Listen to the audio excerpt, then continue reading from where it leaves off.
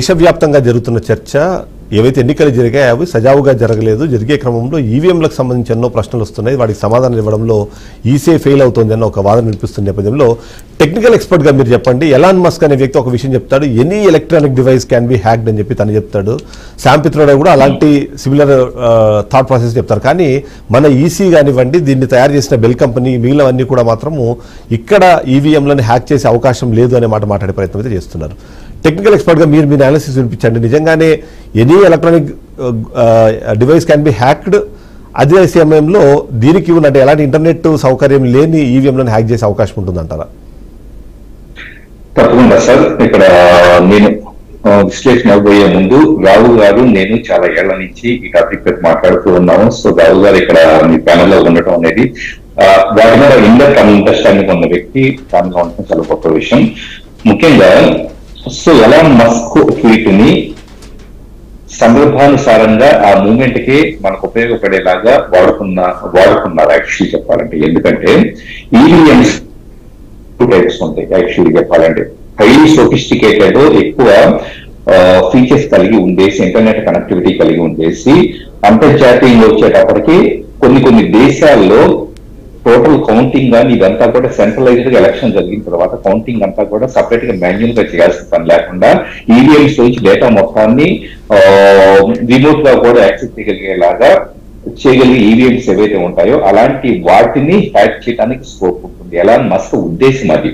అంటే ప్రపంచ వ్యాప్తంగా హైలీ సోఫిస్టికేటెడ్ ఈవీఎంస్ ఎక్కడైనా వాడకలో ఉంటే వాటి ద్వారా ఎలక్షన్స్ ఫలితాలను మార్చేయొచ్చు అన్నది ఎలాన్ మస్క్ ఉద్దేశం. అంతే తప్పించేసి ఎలాన్ మస్కే ఇండియాలో వచ్చి స్పెసిఫిక్ గా ఇక్కడ ఉండే ఎలక్షన్స్ ని గురించి కామెంట్ చేయడానికి సంబంధించి ఎలాన్ మస్క్ దగ్గరికి ఇండియాలో వాడబట్టిన ఈవీఎంస్ ని తీసుకెళ్ళాం అనుకోండి ఉదాహరణకి, సింపుల్ గా నవ్వు వదిలేస్తాడు. ఎందుకంటే వీటికి ఇంటర్నెట్ కనెక్టివిటీ ఉండదు, ప్లస్ వైర్లెస్ కనెక్టివిటీ ఉండదు, ఎలాంటి బ్లూటూత్ కనెక్టివిటీ కానీ ఇలాంటిది ఉండదు. సో సింపుల్ గా చెప్పాలంటే కనుక కంప్లీట్ ఐసోలేటెడ్ గా శాండ్ బాక్స్ లో ఇప్పుడు ఏంటంటే నా బోటి వాళ్ళలో మేము ఆర్మీ కానీ ఇలాంటి సర్వీసెస్ ఇచ్చేటప్పుడు అక్కడ ఎయిర్ గ్యాప్డ్ కంప్యూటర్స్ అని కొన్ని ఉంటాయి. ఎయిర్ గ్యాప్డ్ కంప్యూటర్స్ అంటే ఏంటంటే ఆర్మీలో ఉండే రహస్యాలు ఎవరికి చదివకుండా ఉండడం కోసం చెప్పి యూఎస్బీ పోర్ట్ లేకుండా, ఇంటర్నెట్ కనెక్టివిటీ లేకుండాను, అలాగే ల్యాండ్ లో నెట్వర్క్ లో ఎలాంటి పోర్ట్ కాకుండా, ఎలాంటి సర్వర్ కనెక్టివిటీ లేకుండా ఎయిర్ గ్యాప్డ్ గా సపరేట్ గా కంప్యూటర్స్ మెయింటైన్ చేస్తూ ఉంటారు.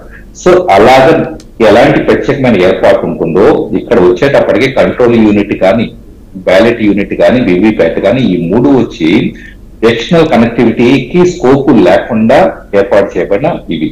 ఇకపోతే వీటిలో వన్ టైం ప్రోగ్రామబుల్, ఓటీపీ అంటారు. వన్ టైం ప్రోగ్రామబుల్ అంటే ఫర్మ్వేర్ ని మార్చడానికి ఉన్న స్కోప్ ఉందనుకోండి ఈవీఎం తయారు చేసేటప్పుడు.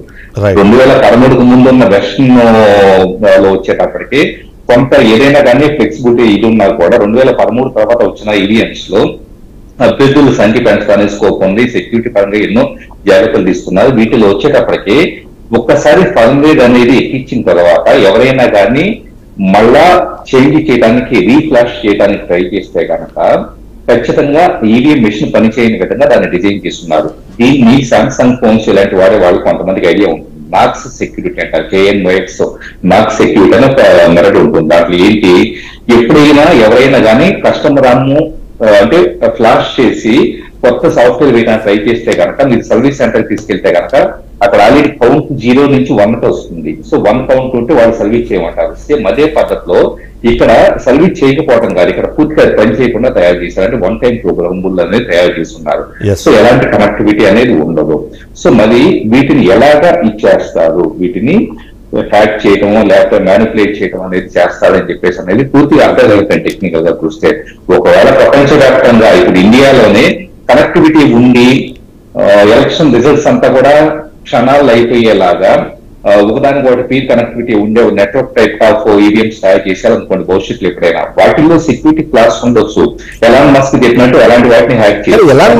ఎలాన్ మస్క్ ట్వీట్ కి మీకు గుర్తుంటే రాజీవ్ చంద్రశేఖర్ అని చెప్పి ఒక కేంద్ర మంత్రి కూడా దానికి రెస్పాండ్ అవ్వడం, దాని తర్వాత ఒక చిన్న డిస్కషన్ ట్రైల్ కూడా అక్కడ జరిగింది. దాని ప్రకారము క్వాంటమ్ కంప్యూటింగ్ ఏదైనా ఉంటే దాని ద్వారా ఏమైనా చేయొచ్చేమో, అది అన్ని చేయొచ్చు, కానీ ఫైనల్గా ఐ అగ్రీ టు డిసగ్రీ అని చెప్పి ఒక మాట మాట్లాడుతూ ఈ ఎలాన్ మస్క్ డిస్కషన్ ని అది దేశానికి అన్వయించేలాగా ప్రయత్నం జరిగింది మాత్రము రాజీవ్ చంద్రశేఖర్ మాట్లాడిన తర్వాతనే. ఆ పాయింట్ ఆఫ్ కాంటాక్ట్ చూసినప్పుడు ఇక్కడ అంటే ఇంకొన్ని అనుమానాలు అయితే డెఫినెట్లీ ఉన్నాయి. బట్ ఏదైనా సరే ఇప్పుడు మీరు అన్నట్టు ఓటీపీ ఉన్నా సరే ఏదున్నా సరే any electronic device can be hacked అని ఎలాన్ మస్క్ చెప్పిన నేపథ్యము, దాని తర్వాత జరిగిన డిస్కషన్, ఇవాళ దాని తర్వాత వచ్చిన అనుమానాలు, వీటన్ని నివృత్తి చేయాలంటే ఓన్లీ ఆప్షన్ ఉన్నది వాటిని ఓపెన్గా అందరికీ పెట్టండి, వాటిని హ్యాక్ చేసే అవకాశాన్ని క్రియేట్ చేయండి అనే విధంగా మాట్లాడడం కూడా మనం విన్నాం. దాని గురించి ఒకసారి విశ్లేషించండి. డెఫినెట్ గా ఇప్పుడు యాక్చువల్లీ ఏంటంటే గతంలో కూడా ఈవీఎంస్ ట్యాంపర్ అవుతాయా లేదా అన్న దానికి సంబంధించేసి ఎప్పటి నుంచో ఉన్నప్పుడు 2014-15 టైంలో అనుకుంటా, ఐ థింక్ అంతకు ముందుకు మీరు ఎవరైనా దేశవ్యాప్తంగా వచ్చి ఈవీఎంస్ ట్యాంపర్ చేయడానికి ప్రయత్నిస్తే కనుక మేము ఓపెన్ గా ఉన్నామని చెప్పేసి ఎలక్షన్ కమిషన్ ఓపెన్ ఛాలెంజ్ విసరడం జరిగింది. సో సహజంగా ఎలా ఉంటాయి అంటే రకరకాల పార్టీస్ వాళ్ళ యొక్క ఓటమిని అంగీకరించలేక, జీర్ణించుకోలేక సింపుల్ గా ఆరోపణలు అయితే చేస్తూ ఉంటాయి, కానీ ఎలాంటి ఓపెన్ ఛాలెంజ్ వచ్చినప్పుడు ఎవరు ముందుకు రాదు. ఒకవేళ కొంతమంది వచ్చినా కూడా నిరూపించలేకపోతారు. నిరూపించగలిగితే అప్పుడే ఈవీఎంస్ వచ్చేటప్పుడు స్టాప్ చేసుకుంటే వాడు. సో సింపుల్ గా అంటే వీళ్ళు ఏదైతే గనక వీవీప్యాట్లు లెక్కించాలని చెప్పేసి అడుగుతున్న దాన్ని డిమాండ్ చేయొచ్చు, అంతే తప్పించేసి అసలు ఈవీఎంలే పనిచేయవు, ఈవీఎంలు హ్యాక్ చేస్తారు అని చెప్పేసి అనేది మరి అంటే ఒక టెక్నికల్ గా చూడాలంటే 2019లో ఎలా గెలుస్తున్నారు, 2019లో మరి కూడా అప్పుడు కూడా సేమ్ టైప్ ఆఫ్ ఈవీఎంసే కదా వర్క్ లో ఉంది. సో ఎప్పటికప్పుడు ఎలక్షన్స్ ఈవీఎంలు అయితే కనుక ఎలక్షన్ కమిషన్ మార్చదు కదా. ఇవన్నీ కూడా వీవరావు గారు ఇక్కడ ఒకటి హ్యాకింగ్ కి అవకాశం ఉంది లేదు అన్న పాయింట్ ఒకటైతే, మరొక కీలకమైన అంశము దేశవ్యాప్తంగా మాట్లాడేది ఏంటంటే ఎన్నైతే ఈవీఎంలు మ్యానుఫ్యాక్చర్ అయ్యాయో అవి మొత్తంగా కాకుండా 1,00,000 ఈవీఎంలు మిస్సింగ్ అన్నది చాలా రోజుల నుంచి మనం వింటూ వస్తున్నాం. దానికి సంబంధించి ఏదైనా సమాచారం ఉందా? ఎందుకంటే ఆ ఆరోపణ కూడా చాలా కీలకం. ఎందుకంటే ఇక్కడ ట్యాంపరింగ్ అవకాశం లేనప్పుడు రిప్లేస్మెంట్ చేశారనేది కూడా వైసీపీ ఒక వాదన వినిపించే ప్రయత్నం చేస్తుంది. ఎందుకంటే స్పెసిఫిక్ ఐ థింక్ విజయనగరంలో ఒక చోట వీవీప్యాడ్ అదేది మన ఈవీఎం మెషిన్ ఓపెన్ చేయగానే 91% దాంట్లో ఛార్జింగ్ చూపిస్తుంది అనేది ఏదో వాళ్ళు ఒక ఆరోపణ చేశారు. థ్యాంక్స్ శ్రీనివాస్ గారు, థ్యాంక్స్ అండి. మీరు కూడా మొదటి నుండి ఫాలో అవుతున్నారు. టెక్నికల్ గా మీరు చాలా సార్లు నాతో పాటు లైవ్ లోకి వచ్చారు. అదే ఒక ప్రధానంగా ఆలోచించాల్సింది టెక్నికల్ ఎక్స్పర్ట్స్ కి, పొలిటికల్ పార్టీస్ కి ఒక వాళ్ళకున్న పరిమితులు ఏంటంటే, పొలిటికల్ పార్టీస్ కి మొత్తం దీనిపైన అవగాహన, ఏజెంట్స్ కి అవగాహన ఇవ్వాల్సినటువంటి ఎలక్షన్ కమిషన్ పూర్తి ఓపెన్నెస్ లేకపోవడం ప్రధాన అంశం.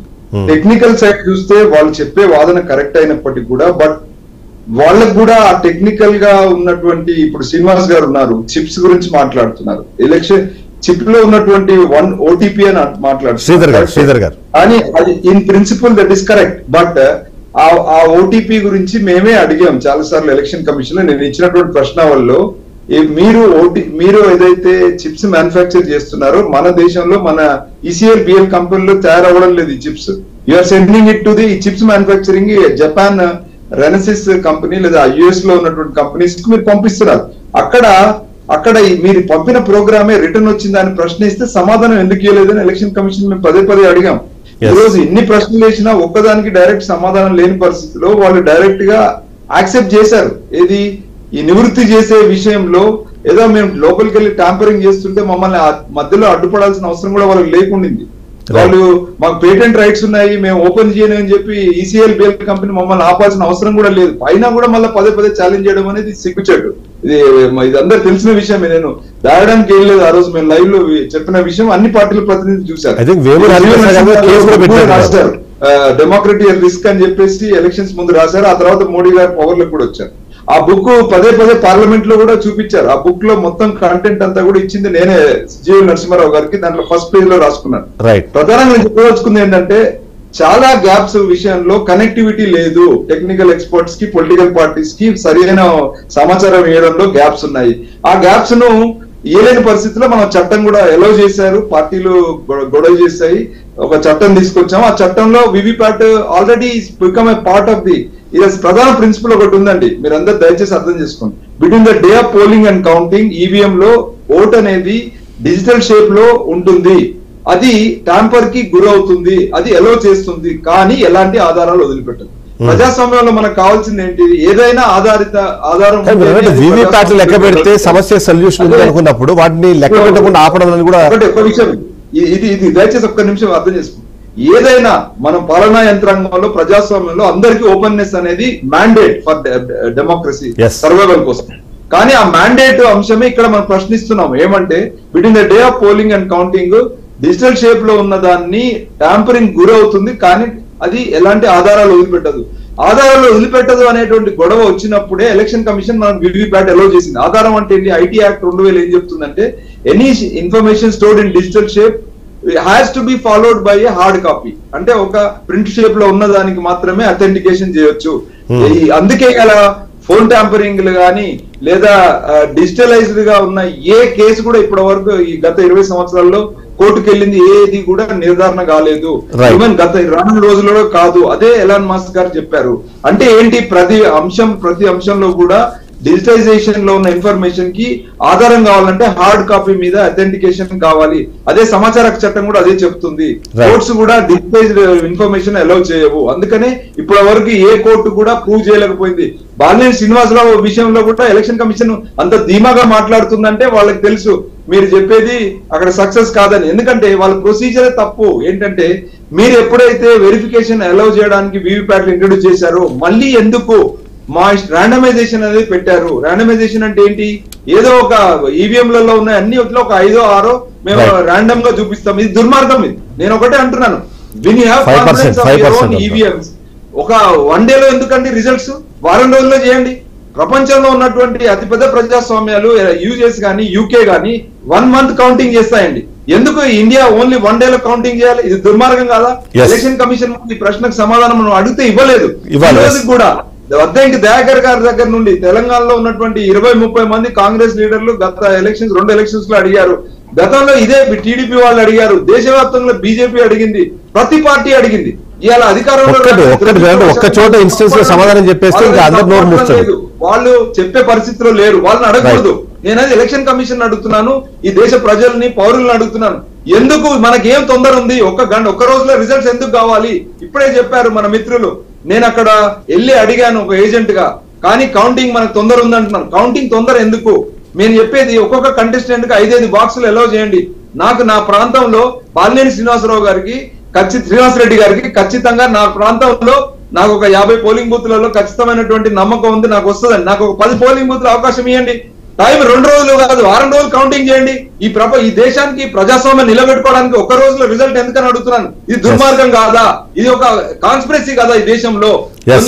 ఇది ఎవరు చేస్తున్నారని పక్కన పెడితే సమాధానం ఎందుకు చెప్పరు? టెక్నికల్ ఎక్స్పర్ట్స్ మీదనో ఓడిపోయిన వాళ్ళ మీద దూచనలు పెట్టి ఎలక్షన్ కమిషన్ ఒక కరెక్ట్ అయినటువంటి ఐఏఎస్ ఆఫీసర్లకు టెక్నికల్ సంబంధం లేని వాళ్ళ నిర్ణయాలు చేయబెట్టి ఇదంతా ఎవరు చేస్తున్నారు?